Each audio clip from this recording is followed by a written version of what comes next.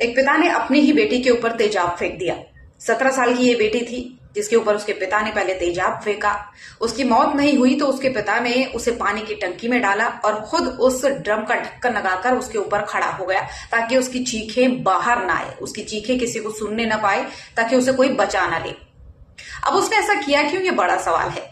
बताया ये जा रहा है कि उसके बाप को इस बात की परेशानी थी कि वो अपनी बेटी की पढ़ाई का खर्चा नहीं उठा सकता और इस गम में उसने अपनी बेटी को मारना चाहा।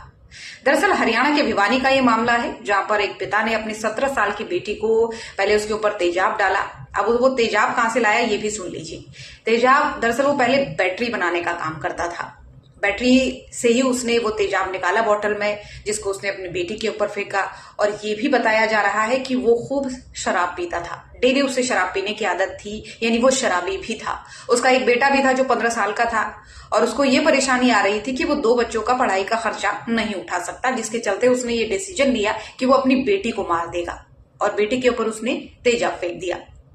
बेटी को ड्रम में डाला, आंगन में ला करके जो हौदी बनी होती है उसमें डालने के बाद उसका ढक्कन लगा के खुद खड़ा हो गया।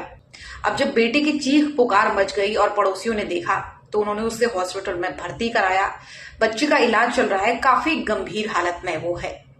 लेकिन सवाल ये कि एक पिता ऐसा कैसे कर सकता है। खैर, आपका इस पर सोचना क्या है बताइएगा जरूर। क्या पिता होने के नाते कोई इतना क्रूर हो सकता है? अगर उसको वाकई में दिक्कत ये थी कि वो पढ़ाई का खर्चा नहीं उठाता तो वो नहीं पढ़ाता।